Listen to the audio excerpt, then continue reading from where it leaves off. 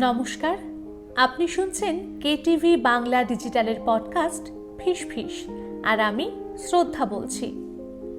মিষ্টির কথা বললেই বাঙালির সর্বপ্রথম যে মিষ্টির কথা মনে আসে তা হলো কলকাতার রসগোল্লা।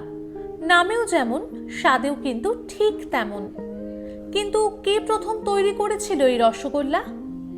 1886 সালে বাগবাজারের নবীনচন্দ্র দাস প্রথম রসগোল্লা তৈরি করেন। ঠিক একেবারে চাঁদের মতো ধপধপে সাদা, রসালো কিন্তু চ্যাটচ্যাটে নয় এই মিষ্টি। দিন এবং সময় বদলাবার সঙ্গে সঙ্গে রং পাল্টেছে সাদা রসগোল্লাও। নানান রকম ফ্লেভারের রসগোল্লা এসেছে মিষ্টির বাজারে। কিন্তু বাংলা এবং বাঙালির মিষ্টি মানেই কি শুধু রসগোল্লা? আসুন জেনে নেওয়া যাক পশ্চিমবঙ্গের কোন কোন জেলায় কোন কোন বিখ্যাত মিষ্টির সৃষ্টি হয়েছে। প্রথমেই রাখা যায় বর্ধমানের সীতাভোগ ও মিহিদানাকে। সীতাভোগ দেখতে হয় বাসমতি চালের ভাতের মতো এবং মিহিদানা হয় হলুদ।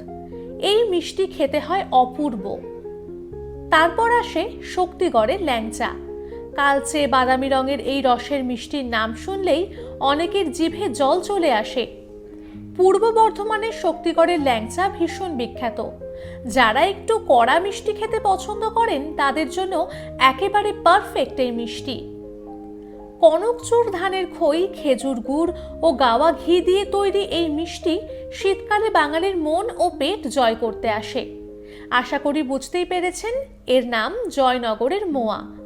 দক্ষিণ 24 পরগনা জেলার জয়নগর এই মিষ্টির জন্য ভীষণ বিখ্যাত। হালকা মিষ্টি ও হালকা খোয়া ক্ষীরের এই স্বাদ কিন্তু মোটেই ভোলার নয়। কৃষ্ণনগরের শুধু মাটির পুতুল নয়, সরপুরিয়া এবং সরভাজাও জগৎ বিখ্যাত। দুধের সর ও ঘি দিয়ে তৈরি হয় এই মিষ্টি। নদিয়া জেলার আরও একটি বিখ্যাত মিষ্টির নাম হলো নবদ্বীপের লাল দই। একসময় যে কোনো বাঙালি অনুষ্ঠান বাড়ির শেষ পাতে এই দই না থাকলে যেন সেই বাড়ির ভোজ সম্পূর্ণই হতো না। বঙ্গের আরও এক বিখ্যাত মিষ্টি হলো মালদার রসকদম।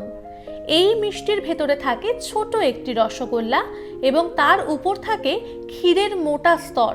সবশেষে মিষ্টির গায়ে চিনি এবং পোস্তর দানা মাখানো থাকে। ভাবলেই যেন মুখে জল চলে আসে। এরপর মিষ্টির তালিকায় আছে বীরভূমের মোরব্বা। বীরভূমের সিউড়ির পেঁপের মোরব্বা, কুমড়োর মোরব্বা, পটলের মোরব্বা ভীষণ বিখ্যাত। বাঁকুড়া জেলার আরও এক জনপ্রিয় মিষ্টি হলো ম্যাচা সন্দেশ। মুগ ডাল ও চিনি দিয়ে এই ম্যাচা সন্দেশ তৈরি করা হয়, যা খেলে তার স্বাদ একেবারেই ভোলা যাবে না। মিষ্টি সৃষ্টির এই ইতিহাসের তালিকায় আর কোনো মিষ্টি বাদ থাকলো কি? জানাতে ভুলবেন না কিন্তু আমাদের কমেন্ট বক্সে। আর অবশ্যই জানাবেন আমাদের এই পডকাস্ট আপনাদের কেমন লাগছে।